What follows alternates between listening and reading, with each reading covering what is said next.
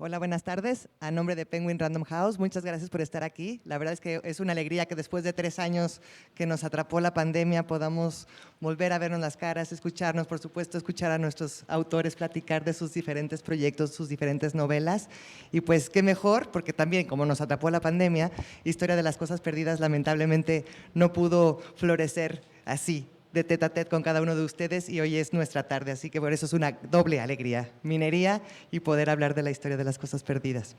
Y para ello nos acompaña otro gran autor que es Imanol Canellada, además de querido, tiene también su última novela, salió a mitades del año pasado, ¿cierto? Titulada Litio, y pues bueno, en su trayectoria de novela negra es un thriller político, pero después ya nos traerá otras sorpresas. Entonces es una alegría. Historia de las Cosas Perdidas, en lo personal, me parece un viaje que siembra dudas, ¿no? Y que eso creo que Jorge Alberto Gudiño lo hace muy bien, y que como lector es imposible escapar. Al terminar esa lectura no tienes respuestas, tienes más preguntas, y es inevitable que voltees a ver tu bote de basura cada vez que vas a salir de casa. Así que yo no les quito más tiempo, espero que disfruten esta charla y les cedo la palabra a Imanol. Muchas gracias. Muchísimas gracias. Sí, sí. Muchísimas gracias, mi querida Fernanda. Es un enorme placer estar en esta feria, estar con ustedes y estar con mi querido Gudiño, autor admirado, amigo, para hablar de esta novela. Ustedes vienen a ver a Gudiño y que él platique sobre sus procesos creativos en torno a esta novela, etcétera. Entonces, bueno, tampoco voy a… Más bien lo que queremos hacer es como una especie de diálogo, plantear preguntas a partir de la lectura que yo hice y de todas las dudas que se desprenden de esta lectura. Entonces, pues empecemos, ¿no?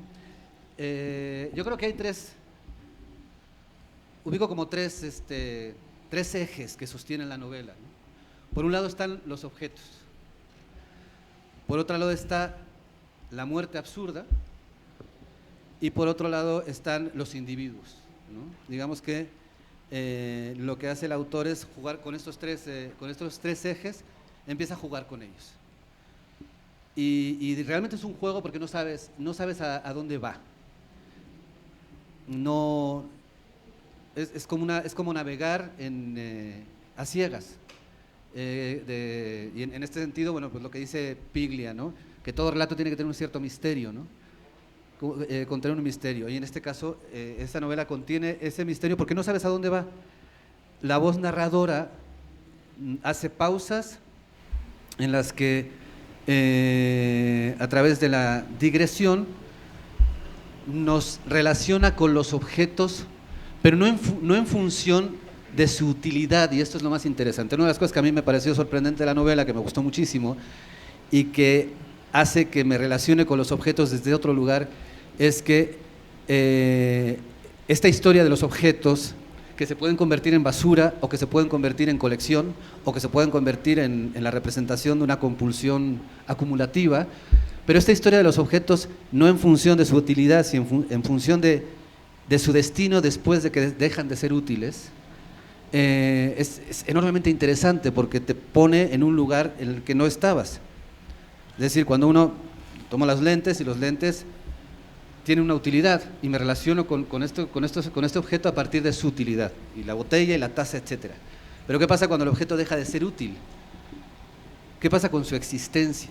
Entonces de pronto Gudiño nos plantea que los objetos son entes, son seres, ¿no? En el sentido griego, ¿no? O sea, son entes que tienen una esencia, y esta esencia va evolucionando, ¿no? Y tienen un destino, y ese destino que tiene que ver con la basura o que tiene que ver con el acabar en los anaqueles de un coleccionista o en una casa atiborrada de un retenedor, ¿no? Compulsivo, de esas personas que lo guardan todo, ¿no? Entonces es muy interesante porque eso te lleva a otro lugar, que es el de las personas. Están los objetos en esta novela, está plagado de objetos diminutos, objetos intrascendentes, objetos súper importantes, en este destino incierto que trasciende su propia utilidad.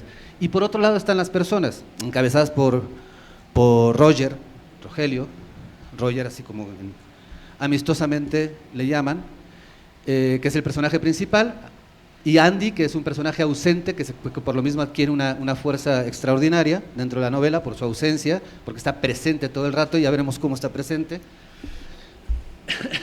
Y luego están las personas, insisto, que tienen que ver, que también, que nos ponen Gudiño nos pone en el centro de la utilidad del ser humano, es decir, que es una de las grandes preguntas filosóficas. El ser humano, ¿cómo valoramos al ser humano? ¿En función de su utilidad? ¿O lo valoramos por su esencia como ser humano? ¿No? A los objetos nos queda claro que los objetos existen por su utilidad y que son desechados. ¿Y los seres humanos? Y esto es de pronto empiezas a navegar empiezas a hacerte estas preguntas, ¿no? Este personaje, que es el que la voz narradora se encarga especialmente, conocemos a los demás personajes a través de este personaje, de Roger, las relaciones que establece con los demás personajes. Este personaje es un personaje tremendamente inquietante. Al principio piensas que es una persona muy pasiva, una persona, de estas personas incluso podría ser pusilánimes, porque parece que se deja arrastrar, pero poco a poco vas descubriendo que no es así. Que tiene una cualidad, que es el de la curiosidad. Y entonces, a través de la curiosidad, este personaje se va revelando de una manera extraordinaria hacia otro lugar que no quiero decir, porque pues ahorita ustedes van a correr a comprar la novela y no quiero tampoco pues descubrirles muchas cosas, ¿no? Pero es muy interesante cómo a través de este personaje y de su arco narrativo vamos preguntándonos sobre, obviamente, el amor, pero sobre todo, yo creo que sobre el amor mucho, porque tiene que ver el amor y el desamor, está muy presente en la novela, porque Roger tiene una relación, acaba de salir de una relación que fracasa, en la que él todavía está muy enganchado, ella no, pero más allá del amor que está muy presente, tiene que ver con, hay una frase obsesiva, el personaje es muy obsesivo, una frase que no la dice él, que no es de Roger, es del otro personaje que está ausente toda la novela, porque muere, no estoy revelando, desde el primer capítulo sabes que está, bueno, no está dividido en capítulos, desde las primeras páginas sabes que está muerto, o sea, no estoy revelando nada. Pero es la frase de Andy que es, uno siempre hace lo que puede. Y esta frase, que es como una especie de leitmotiv de la novela, la voz narradora la desmenuza, y a partir de esta frase vamos entrando en los terrenos de la existencia desde la mediocridad, lo ordinario, lo extraordinario. ¿Qué es lo extraordinario y qué es lo ordinario? ¿Qué significa una vida mediocre? ¿Qué significa una vida que no tiene ningún tipo de brillo ni de lumbre, ¿no? Que es una vida que podría ser perfectamente echada a la basura como cualquier otro objeto, ¿no? Entonces, a través de Roger vamos haciéndonos estas preguntas, vamos enfrentándonos a estas, digamos, trascendencias ontológicas del ser, y luego, entre navegar por los objetos y sus destinos, una vez que dejan de ser útiles, navegar por las personas y sus destinos, sin saber muy bien si son útiles o no, la novela está salpicada de muertes absurdas. La muerte siempre nos lleva al terreno de la tragedia, pero aquí Gudiño dice no vamos a abordar la muerte desde la perspectiva de la tragedia, sino desde la perspectiva del absurdo. Entonces, esta voz narradora, en tercera persona, que a veces juega con la omnisciencia y la digresión, y a veces juega con la subjetividad y la narración desde la perspectiva, punto de vista del personaje, esta voz narradora nos cuenta, así va salpicando la novela, de muertes tremendamente ridículas. Pero son muertes, es gente que se muere, pero se muere de maneras absurdas, tontas, ridículas. Es tal el ridículo de estas muertes que impiden la tragedia. Entonces, es tremendo porque Gudiño nos quita la muerte como tragedia para regresárnosla a la muerte como una comedia, la muerte como parte de este absurdo, ¿no? En el que parece que vamos navegando.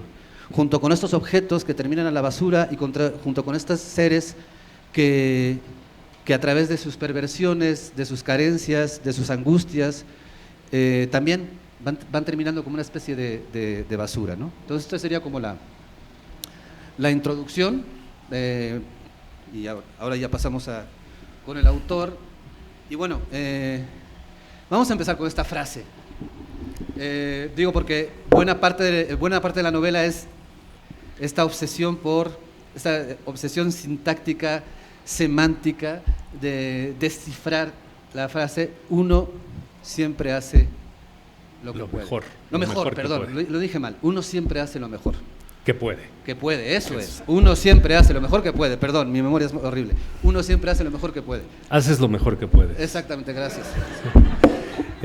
Bueno, gracias Imanol, gracias a todos los que vinieron. A mí la Feria de Minería siempre me ha encantado, ha sido de los lugares donde más a gusto me siento presentando libros, entonces les agradezco mucho que sigan viniendo. Notamos evidentemente que la feria no es lo que era hace 3 o 4 o 5 años, que estaba saturadísima, pero ahora estamos muy a gusto y muy cómodos y creo que esta posibilidad de ir reabriendo estos espacios siempre es importante.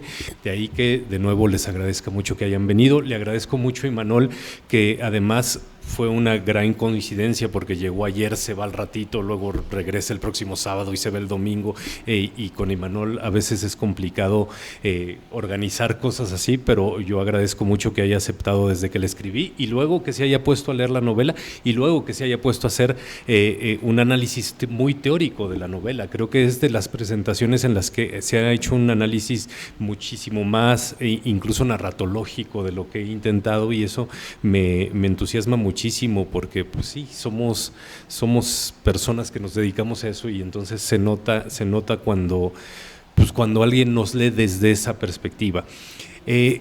Imanol quiere que empecemos con la frase uno siempre hace lo mejor que puede. Es una frase que es complicada. Si lo pensamos un poco, voy a asumir el papel del personaje que lo dice, porque si no me meto en un problema. Suena a frase de superación personal barata, uno siempre hace lo mejor que puede. Es más, si le quitamos algunos adverbios, uno hace lo que puede, suena un poquito eso, ¿no? Se hace lo que se puede, suena incluso a justificación, ¿no? Hice mal lo que me encargaron en el trabajo, hice mal la tarea, me fue mal en el examen. Uno hace lo que puede, uno no puede hacer más. Pero si le vamos aumentando o intentando sumarle estos adverbios o incluso esta intencionalidad ya más allá de lo semántico y de lo sintáctico, resulta que, o al menos así lo pensaba el personaje, uno siempre hace lo mejor que puede significa también que no podemos estar haciendo nada mejor. Nunca, es decir, ahorita estamos todos aquí porque no podemos estar haciendo algo mejor, porque si pudiéramos estar haciendo algo mejor, lo estaríamos haciendo. Mejor, además, es súper subjetivo, ¿no? ¿Quién sabe qué significa estar haciendo algo mejor? A mí sí se me ocurren muchas cosas que pueden en determinados momentos resultar mejores que otras, y a veces estoy en el tráfico media hora y digo, yo podría estar haciendo algo mejor, pero no lo estoy haciendo básicamente porque no puedo. Entonces ese juego me servía para plantear a un personaje, y ahora quiero hablar un poco de esos personajes perdidos, que era Andy, que es un personaje que a mí me da la impresión que se burlaba un poquito también de lo que él mismo decía, y que es un personaje que, como dijo Imanol, no aparece en toda la novela porque desde el principio de la novela está muerto, y que permite o abre la posibilidad de que Roger empiece una búsqueda. A Roger le avisan de la muerte de Andy, no entraré en detalles, y luego le piden de favor 2 personas diferentes, su jefe y la viuda de Andy, que averigüen cosas del pasado de Andy. Y él se pone a averiguar cosas del pasado de Andy porque se lo dejaron, porque se lo encargaron, porque está haciendo lo mejor que puede. Y a partir de ahí se va creando esta idea, me gusta mucho como lo dijo Imanol, del personaje pusilánime. Yo cuando me lo planteé o cuando lo estaba desarrollando un poco, me dije, lo que quiero tener es un protagonista tangencial, así le dije, porque uno le inventa cosas a lo que uno hace, y con protagonista tangencial me refería a un personaje protagonista porque finalmente es de él de quien estamos contando la historia, al que en realidad no le están pasando las cosas, ¿no? Al primero que le pasa algo es a Andy, pues morirse es que a uno le suceda algo, y el que sufre es Roger, pero no sufre porque Andy se haya muerto, sino sufre por sí mismo, ¿no? Porque no sabe si actuó bien o mal en relación a una llamada telefónica. Y luego le van a seguir pasando cosas de esta manera tangencial. Denise lo abandonó antes, a su hermana le pasará algo, a parte de su familia le pasará otro tanto, etcétera, etcétera. Y esta pusilanimidad es resultado justo de que pues a él no le pasa, pero poco a poco lo va afectando, y ahí me interesaba hacer que entonces, casi esa es, por cierto, teoría de Imanol que se le escuché alguna vez en San Luis Potosí, ese descenso o esa caída que permite crear la posibilidad de un monstruo, ¿no? La posibilidad de un monstruo en el sentido de, pues si a este no le importaba nada, si además, porque así es Roger tiene una vida súper insípida pero resuelta. No tiene ninguna preocupación, trabaja en un lugar que le gusta, que es medio extraño, pero le gusta, se la pasa bien, tiene en realidad muchas cosas que podrían ser deseables, y sin embargo tiene esta cuestión muy insípida que si no fuera por lo que le sucede a los otros, entonces nunca le permitiría caer bien, creo. Caer bien no de ser cuate, sino de caer, de descender del asunto abismal, pero ya no tiene que ver con la frase. No, bueno, es como te lanzo y tú no, pero es muy interesante lo que dices.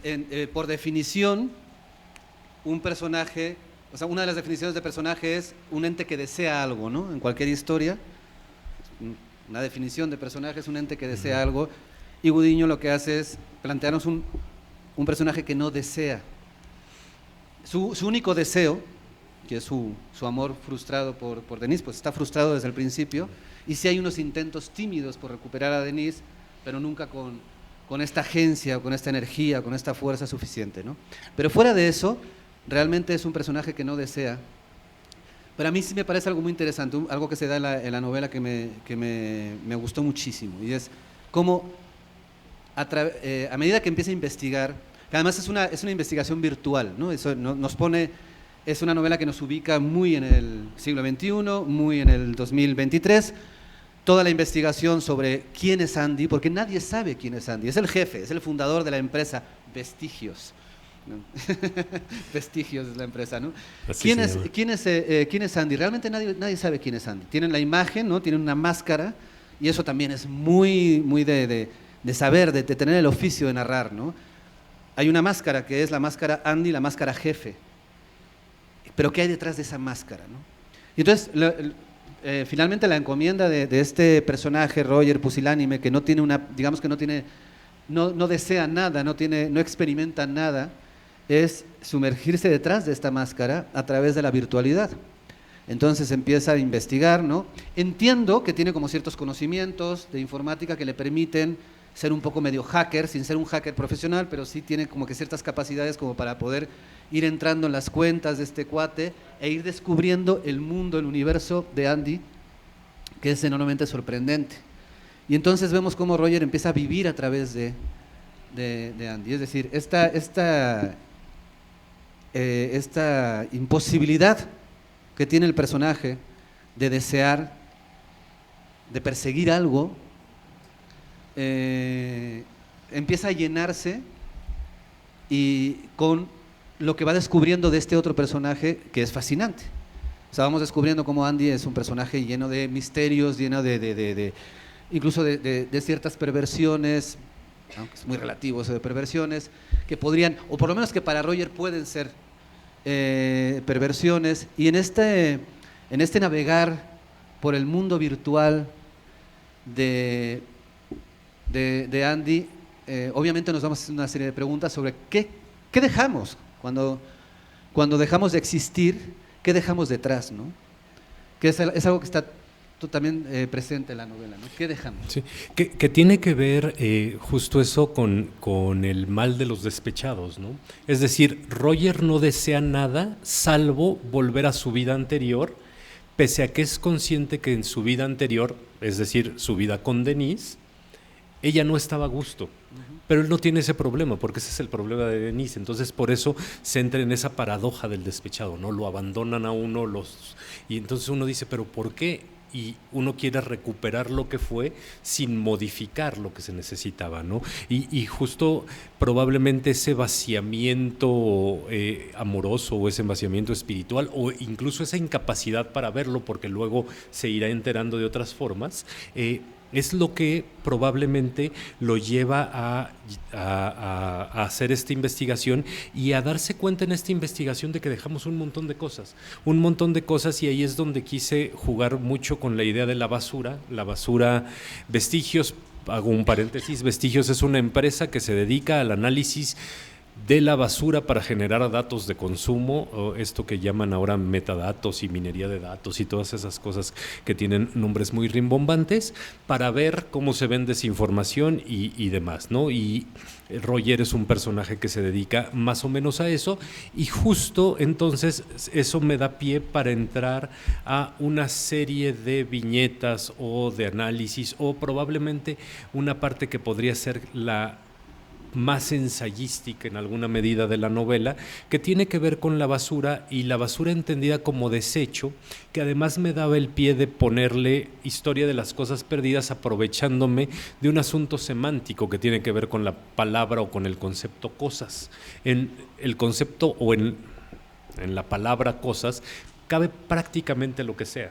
Todo puede ser una cosa dependiendo de cómo se mencione, y eso entonces me abría la oportunidad de ver si en efecto qué es lo que hacemos con lo que dejamos como basura, como esos objetos que vamos desechando o que vamos guardando, y luego qué hacemos con, y aquí entra la parte de lo que decía Imanol de la utilidad de las personas, ¿no? ¿Qué hacemos con nuestros compañeritos de la primaria de hace un montón de años a los que nunca volvimos a ver? De hecho, a veces incluso da trabajo esa actualización. Yo en algunos momentos me he encontrado a personas a las que no veía hace 30 y tantos años, y en ese momento justo descubría yo que no lo había actualizado, y asumía yo que estaba hablando como con ese niño, aunque pues en realidad ya no, y entonces yo terminaba haciendo unos ridículos inmensos, ¿no? Pero más allá de eso, finalmente pasa sí, con las personas con las que estudiamos, con los vecinos de la infancia, con un montón de gente que vamos dejando en el camino, porque es muchísima más gente la que dejamos en el camino que la que conservamos a nuestro lado. Y pasa lo mismo con incluso con los ambientes, ¿no? Con los lugares donde vivimos, con los países por los que estuvimos, con los trabajos que tuvimos, etcétera, etcétera. Y eso me permitía entonces jugar un poco con la idea de todo lo que se va dejando, y cómo Andy dejó un montón de cosas, sobre todo muchas intrigas en términos amorosos, y cómo el que las está en apariencia recogiendo es Roger, y entonces cómo a este personaje pusilánime se le podía transformar a partir de su proceso de recolección de los desechos del otro, o algo así. Y que además esto nos lleva también a algo muy interesante que también nos ubica en este siglo XXI, que tiene que ver con cómo construimos las identidades, ¿no? Y es muy interesante cómo de pronto Roger empieza, no es un planteamiento explícito de la novela el tema de robarse la identidad, pero sí subyace esta posibilidad. Siempre hay como una posibilidad, cómo Roger empieza a vivir su vida a través de todas estas huellas digitales que va dejando Andy, y cómo de pronto es muy fácil en la virtualidad dejar de ser tú para ser otra persona, y esto es enormemente interesante. O sea, ¿qué nos constituye? Me parece que es una pregunta que está permanentemente en la novela. ¿Qué nos constituye como seres?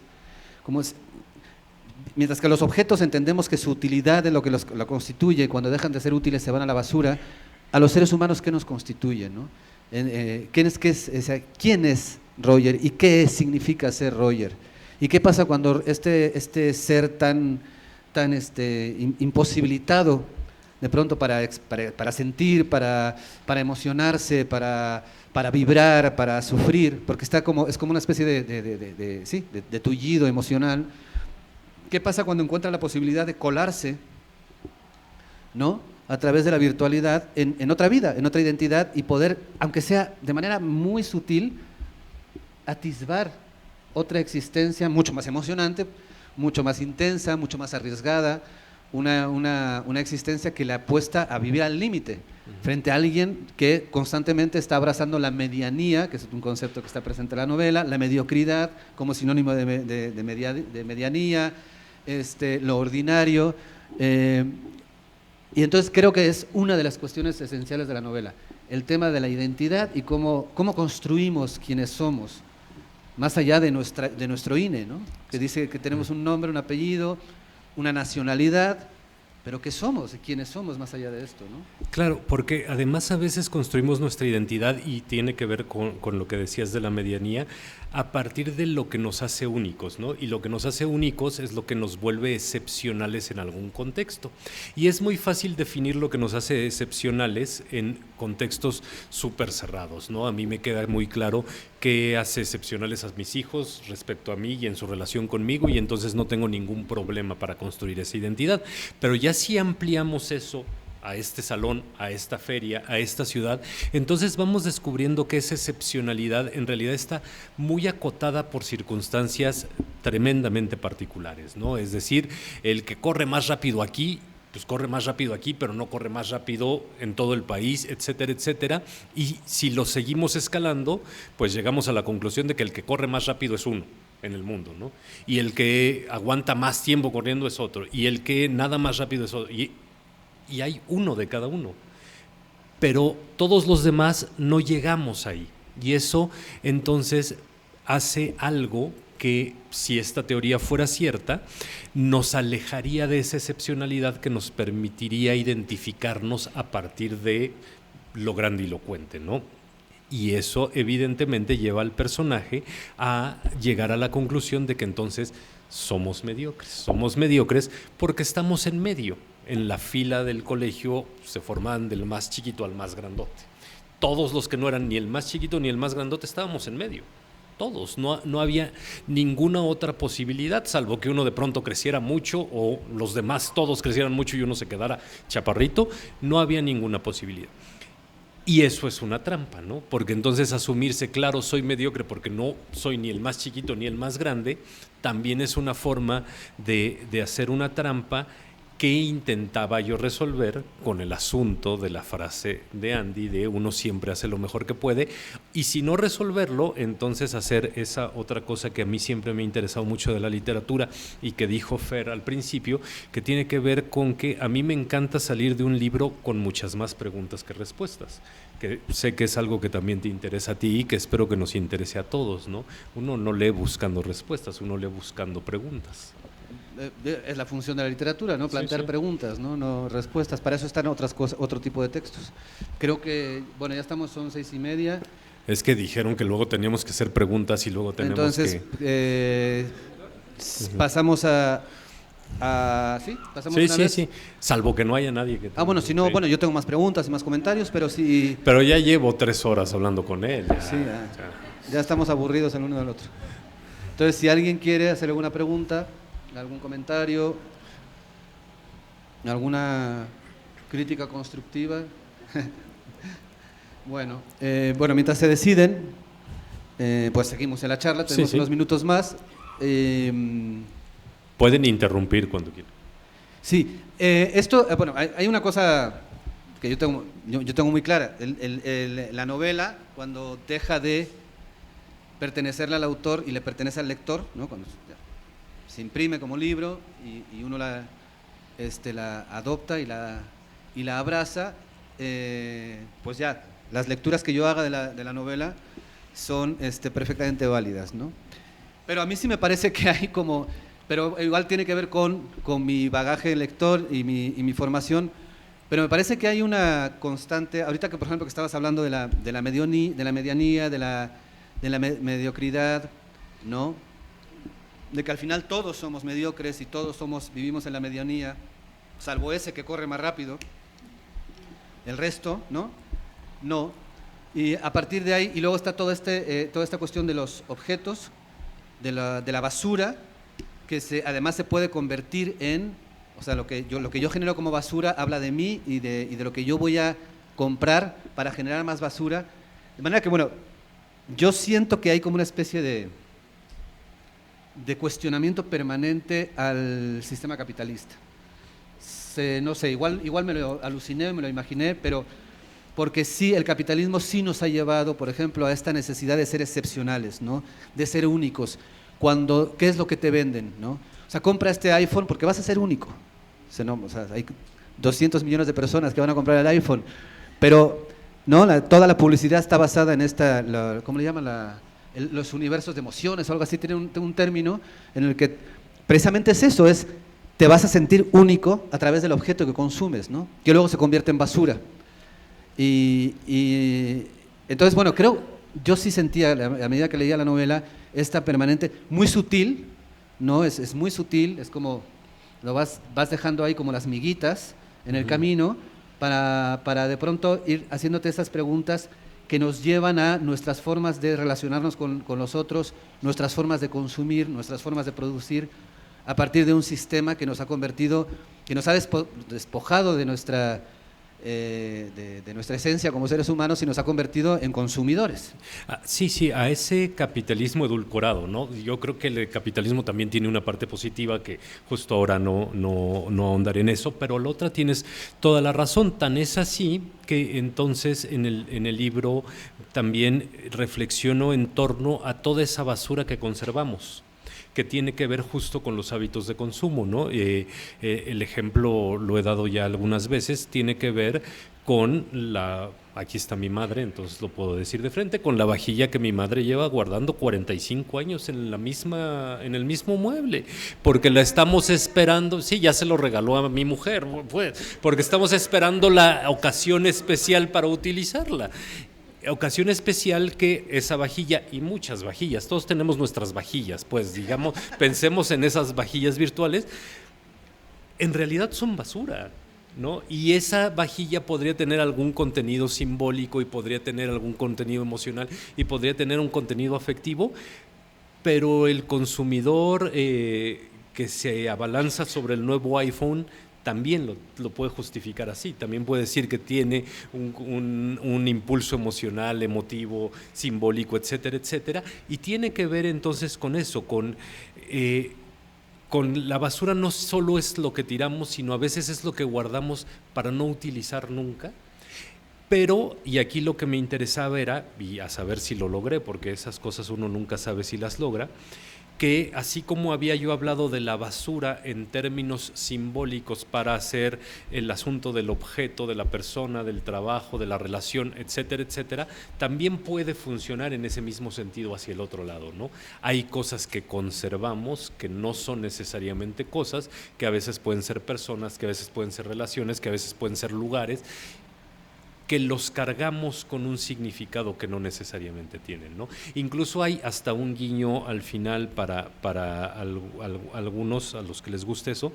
Incluso a veces hablo del lenguaje como basura y del lenguaje como recuperación y como esas posibilidades con las que nos podemos quedar y que de pronto también se nos escapan. Los libros, sí, claro. Con los libros hay un asunto muy complicado, porque ahí sí necesito confesarlo. Yo he discutido con amigos míos y me dijeron hace unos años, es que yo tenía 4,000 CDs y luego cuando ya todas las plataformas de música los vendí y me deshice de ellos y les dije, muy bien, ¿por qué no te deshaces de tus libros? No, porque los libros son un asunto especial. Me pide aquí el señor que yo haga la pregunta en su nombre, que cómo llegar al desprendimiento. ¿Quieren que tú contestes? Sí. No sé porque además me da la impresión de que no necesariamente es algo siempre positivo, ¿no? Me parece que sí hay momentos donde uno tiene que trascender o dar un paso adelante para desprenderse de ciertas cosas, no libros, insisto, aunque ya uno los haya leído y no los vaya a volver a leer nunca. Pero también hay momentos en los que uno se tiene que quedar, porque finalmente uno también es esas cosas de las que termina agarrándose, ¿no? El resto de su vida, creo. No sé cómo llegar al desprendimiento. Y Manol puede que sepa, yo no.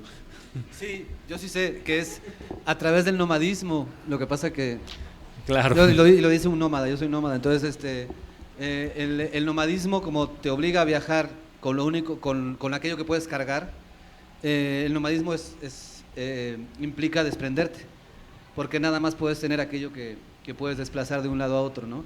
Frente al sedentarismo, que es la semilla, el origen del sistema capitalista que vivimos, es el sedentarismo, es la posesión de la tierra, la posesión de la casa, la posesión de la familia, poseer, etcétera, etcétera, ¿no? Entonces, bueno, sí, el nomadismo, por eso es tan perseguido el nomadismo. Si ustedes analizan a la gente nómada, por ejemplo, los gitanos, que es una cultura nómada y que quiso conservar el nomadismo, han sido machacados y perseguidos históricamente de una manera brutal, como ninguna otra etnia. Bueno, no, sí, hay otras etnias que sí, les estoy diciendo una barbaridad, pero ha sido muy perseguido, pero precisamente por su carácter nómada. El nomadismo asusta a un sistema que se basa en el arraigo y en el poseer y en el retener, ¿no? ¿Pero tienes algunos libros en casa? La verdad es que yo sí me he adaptado a la lectura digital. Okay. Y en la tablet, yo cada vez menos, en serio. Sí, pero en la tablet sí la puedes cargar, ¿no? Los libros, ¿no?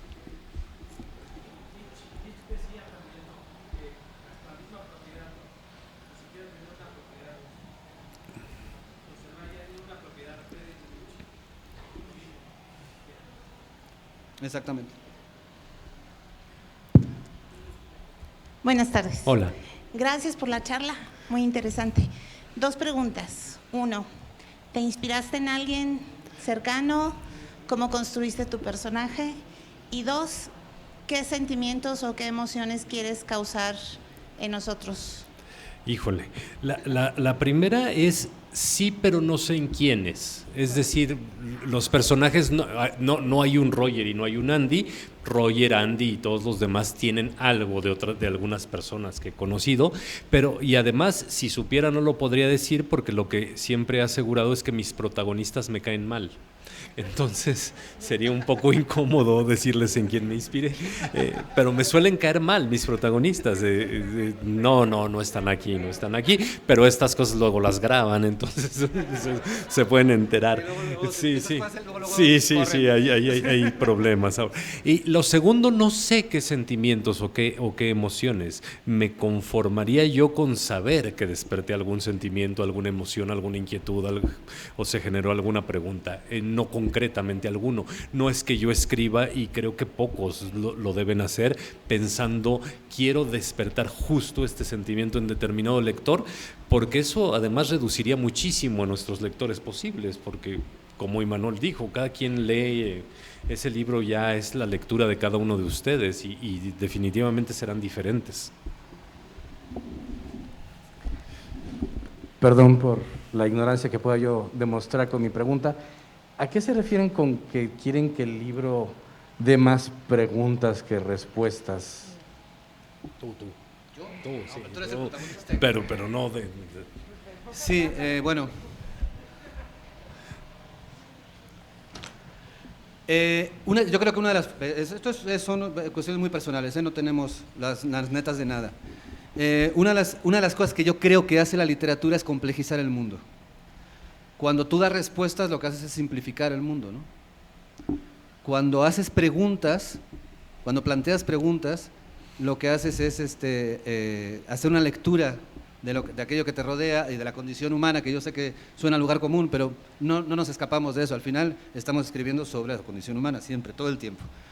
Entonces, a la hora de plantear preguntas sobre quiénes somos, por qué nos comportamos como nos comportamos, qué significa que determinado personaje enfrente una situación límite, las preguntas, digamos que las respuestas en un momento dado las pueden encontrar los lectores, pero si nosotros planteamos una variedad de preguntas desde diferentes puntos de vista, perspectivas, lo que estamos haciendo es, en lugar de panfletizar y de simplificar el mundo a través de respuestas, lo que estamos haciendo es complejizarlo, que creo que es como la gran responsabilidad, ¿no? Pero entonces no es la historia como tal, sino son las reflexiones que se desprenden de esa historia. O sea, no es de que, bueno, ¿y quién era Andy? O sea,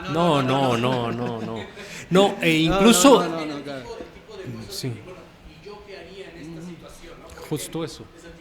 Sí, sí, justo eso, sí, sí. Y perdón que vengo de Aguafiestas, pero como nos echan pronto, me gustaría mucho que pudiera firmar el autor algunos ejemplares, porque aquí son puntuales y nosotros seremos puntuales también por respetar a los que siguen. Y Manuel y Jorge, muchísimas gracias. Nos queda mucho por leer. Que tengamos una tarde. Gracias, gracias.